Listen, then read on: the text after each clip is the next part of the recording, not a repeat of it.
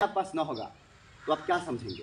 यही होता है कि बच्चे जाते हैं कोचिंग पर, बच्चे जाते हैं ट्यूशन पर, पूरा 1 घंटा उस्ताद लेक्चर सुनते हैं, लेकिन उस लेक्चर में ये अपनी तरफ से ना कुछ बोल पाते हैं और बस जहाँ भी बच्चों से दूरी होगी वहाँ सिर्फ बर्बादी होती है, आबादी नहीं होती। और यही हमारी बर्बादी का सबसे बड़ा कारण है, वो है माँ बाप की, समाज के बड़ों की, बच्चों से दूरी।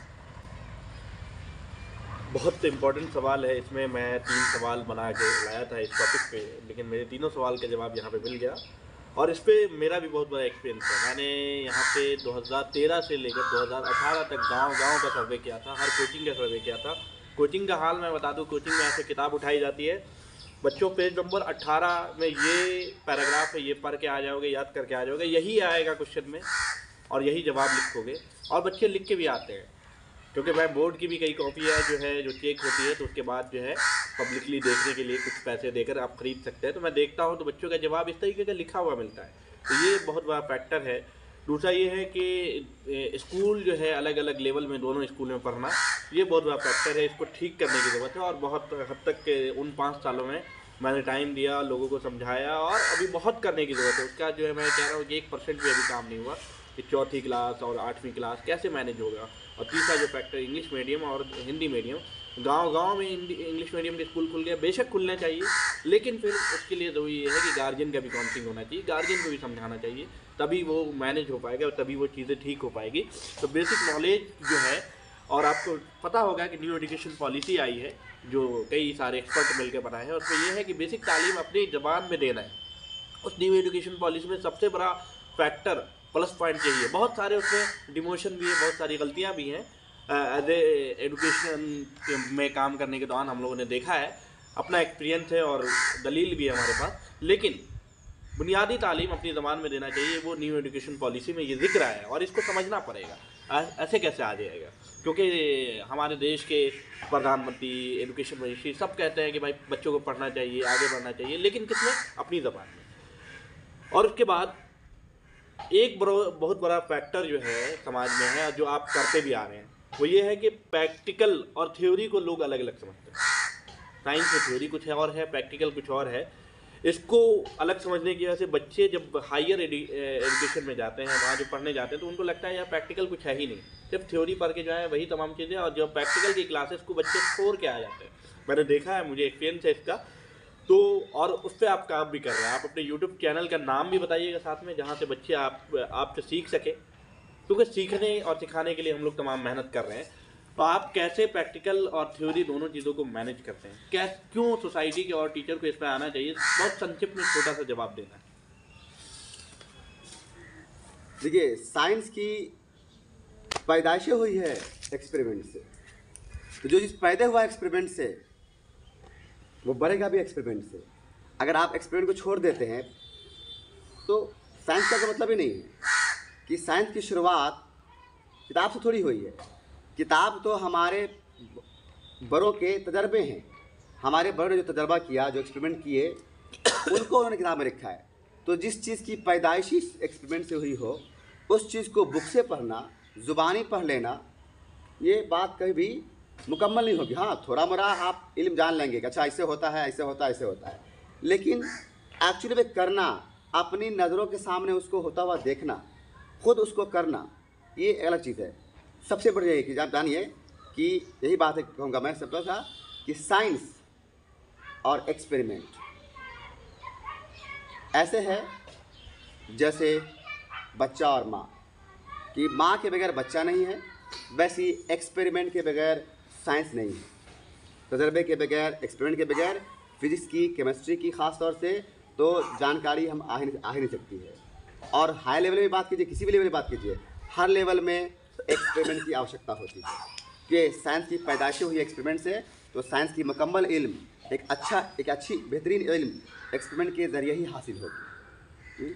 और मेरी यही कोशिश है कि मैं अपने बच्चों को फिजिक्स की, केमिस्ट्री की, बायो की, मैथमेटिक्स की, जहाँ तक पॉसिबल हो एक्सपेरिमेंट के ज़रिए ही पढ़ा, और मैं पढ़ा भी रहा हूँ, इंशाल्लाह आगे पढ़ाता भी रहूँगा कि जो तमाम चीज़ें जो एक्सपेरिमेंट से हो सकती है, प्रैक्टिकली हो सकती है, हम उसको प्रैक्टिकल पढ़ाते हैं। हम हर क्लास में, जब मैं क्लास शुरू करता हूँ तो उस क्लास में अगर कोई एक्सपेरिमेंट है, पहले मैं उसे करता हूँ और बाद में उसके हिसाब से बच्चों को पढ़ाने की कोशिश करता हूँ। और ये मेरा कोशिश है धीरे धीरे इंशाल्लाह ये क्या ना, क्योंकि हालात ऐसे हैं कि बच्चे अभी इसकी अहमियत समझते नहीं है अभी ना, इसलिए मुझसे वो दूर हैं, भागे जा रहे हैं। लेकिन मुझे उम्मीद है कि वक्त के साथ जब पता चलेगा कि इल्म के लिए, साइंस के इल्म के लिए एक्सपेरिमेंट कितना ज़रूरी है, तो वो धीरे धीरे मेरे करीब आएंगे, मुझे पा जाएंगे। मैं चाहता भी हूँ कि बच्चे मेरे पास आए ताकि वो जानें कि साइंस असल में है क्या चीज़ है, साइंस का इल्म, फिजिक्स क्या है, केमिस्ट्री क्या है, बायो क्या है, कि जब हम किसी चीज़ को अपनी आँख सामने होता हुआ देखते हैं ना, तो वो हमारे लिए एकदम आसान हो जाता है। कि जो चीज़ें क्या ना, दिमाग में बात हो जाने के कई रास्ते हैं, आँख है, कान है, लेकिन जो चीज़ें आँख के रास्ते से दाखिल होती हैं ना, वो जैसे छप जाती है।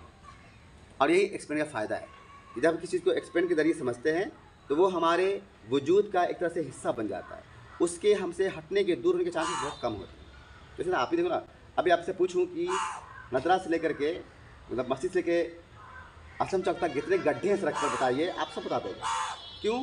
कि आप उसे देखा है रोज़ाना, आपने देखा है, तो आप बता देंगे ये बैठे बैठे कि हाँ वहाँ पे गड्ढा है, वहाँ पे गड्ढा है, क्यों? आप देखा है। तो जिसको हम देखते हैं ना, वो हमारे वजूद का हिस्सा बन जाता है, और जब हिस्सा बन जाता है फिर वो हटता नहीं है। इसलिए साइंस को पढ़ाने का सबसे बेहतरीन तरीका है कि जहाँ तक पॉसिबल है आप एक्सपेरिमेंट करें। अगर आपको नहीं आता है तो सीखें। टीचर किसको बोलते हैं? टीचर वो है जो स्टैटिक नहीं हो। टीचर मतलब खुद भी इवॉल्व होता हो साथ में। ऐसा नहीं कि बस नहीं भाई हमको मैथ पढ़ानी है तो बस मैथ का इल्म काफ़ी है, पढ़ा दिया हो गया ख़त्म। नहीं, टीचर वो है जो अपने आप को लगातार विकसित करता हो, बदलते हुए समय के साथ चेंज करता हो और उसके हिसाब से बच्चों को पढ़ाता हो। यानी जो अपने आप को अपडेट रखता हो, हर तरह की फीस के हर सब्जेक्ट में कहाँ क्या परिवर्तन समाज में हो रहा है, दुनिया में क्या तब्दीली आ रही है, और अपने आप को उसी हिसाब से बदलता भी हो। मतलब वो साइंस का टीचर ही क्या जो एक छोटा सा एक्सपेरिमेंट न कर सके, किस बात का टीचर है? मैं उसे टीचर नहीं मानता। क्योंकि भाई आप पढ़ा रहे हैं ठीक है, लेकिन जो एक टीचर, आप साइंस पढ़ा रहे हैं, आप फिजिक्स पढ़ा रहे हैं, आप केमिस्ट्री पढ़ा रहे हैं, और आप एक छोटा सा एक्सपेरिमेंट नहीं कर सकते जो कि हम कर सकते हैं घर में मौजूद चीज़ों से, वो हम नहीं कर सकते, फिर क्या टीचर हैं आप? नहीं, हमें बदलना होगा वक्त के साथ। क्योंकि ये जो दौर है ना, अभी का दौर तख्लीकी सलाहियत का दौर है, और क्रिएटिव जो कैपेबिलिटी है बच्चों के अंदर, वो सिर्फ एक्सपेरिमेंट से करके ही आएगी। मतलब क्रिएटिव मतलब क्या? करने वाली सलाहियत, करने की सलाहियत। तो करने की सलाहियत तो करके ना आएगी, पढ़ के थोड़ी आएगी।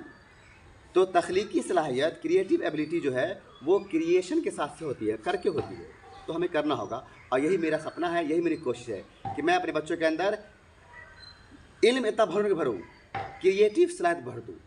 इल्म तो किताबों में मौजूद है, इल्म तो आज उंगली पे मौजूद है, हासिल कर ही लेगा।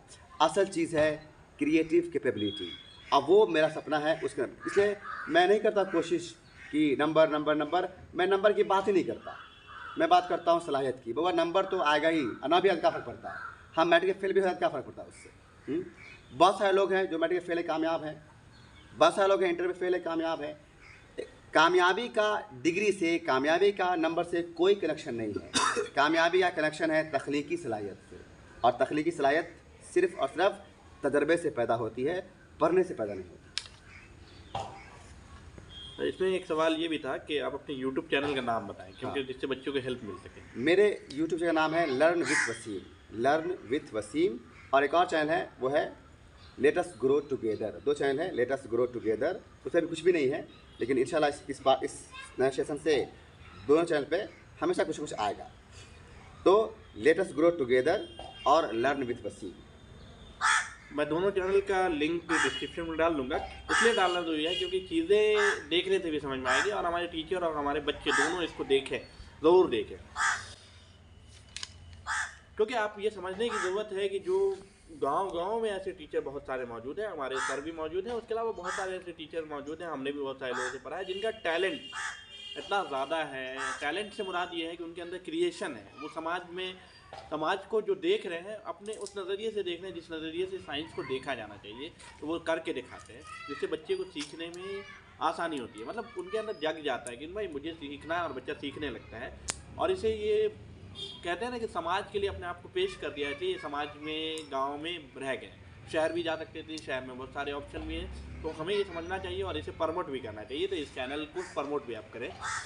अब सवाल के आखिरी मरहले की तरफ चल रहे हैं, जो कुछ इनके अपने एक्सपीरियंस के बेसिस पे और आगे ये क्या ख्वाब देखते हैं उसके बेसिस पे है कि आप जिस मकसद पे अभी काम कर रहे हैं उसमें कुछ ख्वाब आप देखते हैं या आपने कुछ ऐसा म्याद तय किया है जहाँ तक आपको जाना है और वहाँ तक आप चल चुके हैं।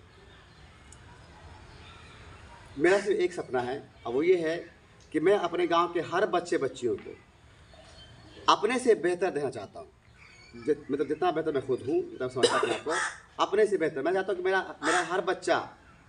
मेरा हर बच्चा फिजिक्स को, केमिस्ट्री को, बायोलॉजी को जो भी पढ़े उसको वैसे समझे जैसे वो दिग्गज को समझता है। और वो पॉसिबल हो सकता है अगर वो मेरा साथ देते हैं, है ना। ऐसी बात है कि मैं कुछ करना चाहता हूँ लेकिन वो लोग मेरे पास आएंगे ही नहीं, है ना। तो मुझ पर करना होगा भरोसा हमारे गांव के, क्योंकि मैं अपनी सच्ची बात ये है कि मैं यहाँ आया हूँ अपने गांव, मैं यहाँ रुका हूँ अपने गांव के बच्चों के लिए, ख़ास तौर से नजरा के। हाँ, बाहर के बच्चे भी आए, उनका वेलकम है, लेकिन मेरा असल टारगेट मेरा अपना गाँव है कि मैं चाहता हूँ कि मेरे गाँव के बच्चे के अंदर तख्लीकी सलाहियत कूट कूट के भर जाए।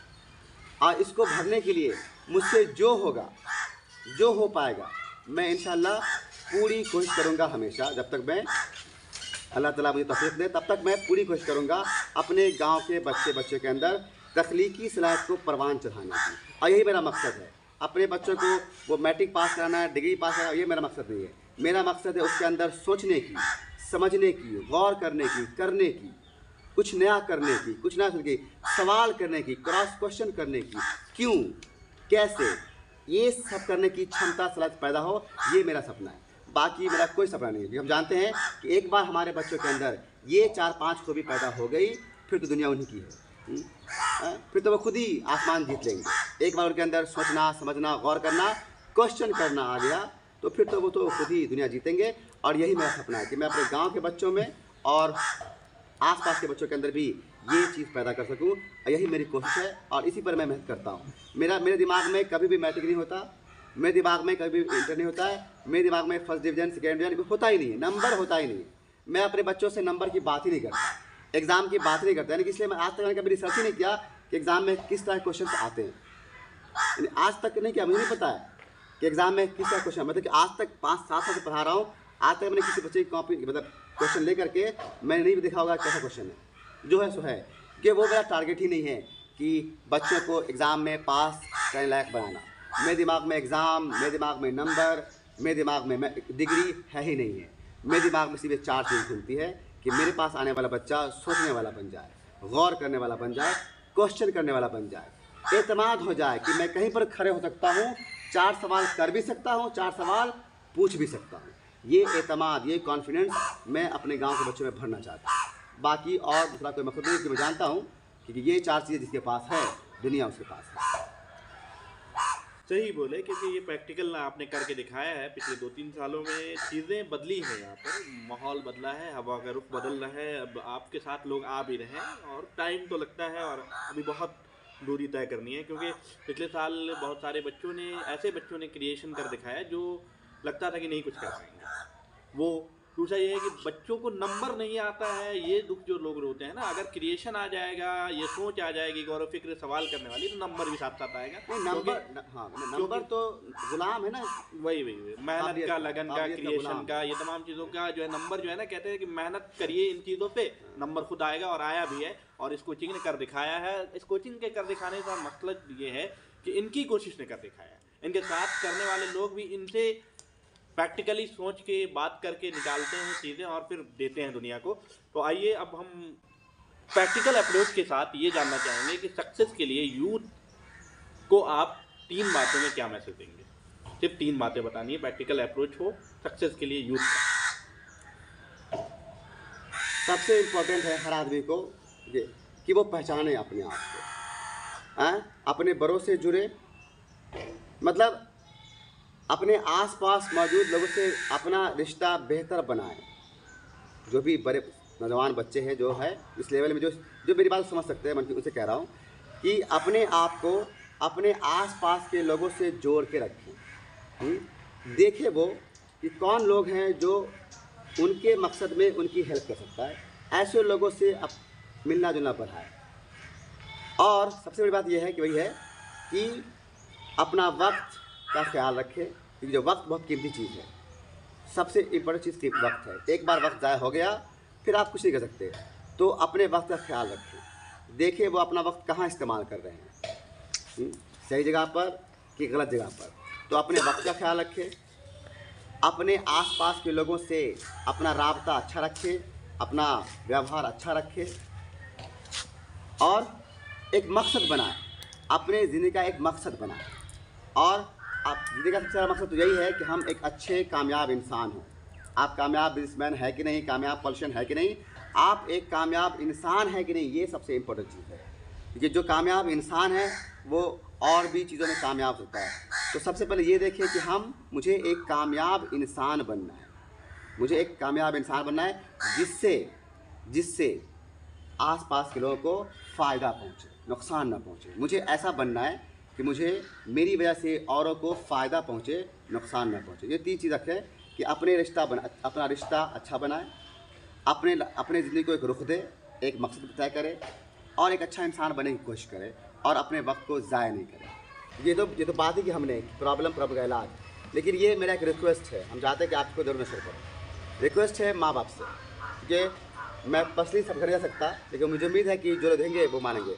अब मेरा रिक्वेस्ट ये है कि अल्लाह के लिए आप लोग, जितने भी लोग इस वीडियो को देख रहे हैं, सब अपने ज़िंदगी से वक्त निकालिए और अपने बच्चों को 1 घंटा 1.5 घंटा रोज़ाना दीजिए। अगर आप चाहते हैं कि आपके बच्चे ज़िंदगी में कामयाब हो तो अपने बच्चों को वक्त देना सीखिए। आप पढ़े लिखे हैं कि नहीं हैं ये इम्पोर्टेंट नहीं है, वक्त दीजिए, उनके साथ बैठिए, उनसे बातें कीजिए, उनसे पूछिए, उनको बताइए, जो भी हो सकता है आपस में डिस्कशन आपके हिसाब से, वो मतलब वक्त दीजिए। क्योंकि अगर आप वक्त देंगे इंशाअल्लाह समाज बेहतर होगा, बच्चे आपके बेहतर होंगे और आप देखेंगे कि धीरे धीरे वाकई समाज में तब्दीली आ रही है। लेकिन वक्त दिए बगैर ये पॉसिबल ही नहीं है। तो तमाम लोग से गुजारिश है कि अपने बच्चों को, बहुत सही कहा यूथ के मैसेज के लिए। और अब हमारा जो आखिरी सवाल, जो पंच सवाल होता है हर वीडियो में, आखिरी में मैं ये सवाल करता हूँ अपनी गेस्ट से, अपने मेहमान से, वो ये होता है कि जिस मकसद से ये वीडियो बनाई जा रही है, क्योंकि रिफॉर्म विद अमान का मकसद है कि समाज को नए आयाम देना, नई सोच देना और रिफॉर्मर पैदा करना, उस मकसद के साथ कि मोरल वैल्यूज़ के हो। क्या इस मकसद में आपको मदद मिलती है या समाज में इसका कुछ इम्पैक्ट पड़ता है या नहीं? यकीनन बहुत सारी चीज़ें सीखने को मिलती है आपके चैनल से, मुझे भी मिली है। बहुत सारी चीज़ें मैं सीखा हूँ आपसे और आपने जिन लोगों से गुफ्तगू की है उनसे, मतलब आपकी बहुत सारी बातों से मुझे बहुत कुछ सीखने को मिला है। बहुत सारी चीज़ें मैं अक्सर देखता रहता हूँ आप चैनल को। और रही बात कि आप जो काम कर रहे हैं और आप की तरह जितने भी लोग काम करते हैं, उसका हमेशा सिर्फ एक ही इफ़ेक्ट होता है समाज पर, वो है पॉजिटिव। सिर्फ पॉजिटिव ही इफ़ेक्ट होता है। हर आदमी तो ऐसा कोई आदमी है ही नहीं है जो ये कहे कि मैंने आप मतलब रिफॉर्म विद अमान देखा अब मुझे कुछ भी हासिल नहीं हुआ। नहीं है, हर आदमी को फ़ायदा ही हासिल होता है। आप जो काम कर रहे हैं और जो भी करते हैं इस तरह काम, उनसे सिर्फ़ और सिर्फ फ़ायदा ही हासिल होता है, नुकसान का तो सवाल ही नहीं है। और मुझे भी ज़ाहिर तौर पर फ़ायदा हुआ है और मुझे यकीन है कि जो लोग भी आपके चैनल को देखते होंगे उनको भी फ़ायदा ही होता है, क्योंकि इस तरह की चीज़ों से सिर्फ फ़ायदा ही होता है, नुकसान कभी होता ही नहीं है। बहुत शुक्रिया। हम लोगों ने एक नई एपिसोड के साथ बहुत जल्द आएंगे, तो आप लोग देखते रहें इस चैनल को और इस पूरे डिस्कशन पे अपना बेहतरीन सा कमेंट, समाज को किस नज़रिए से आप देखते हैं, गांव को किस नज़रिए से, ये तमाम चीज़ों को हम देख रहे हैं। शहर से लेकर गांव तक ये चैनल आपको लेकर आता है।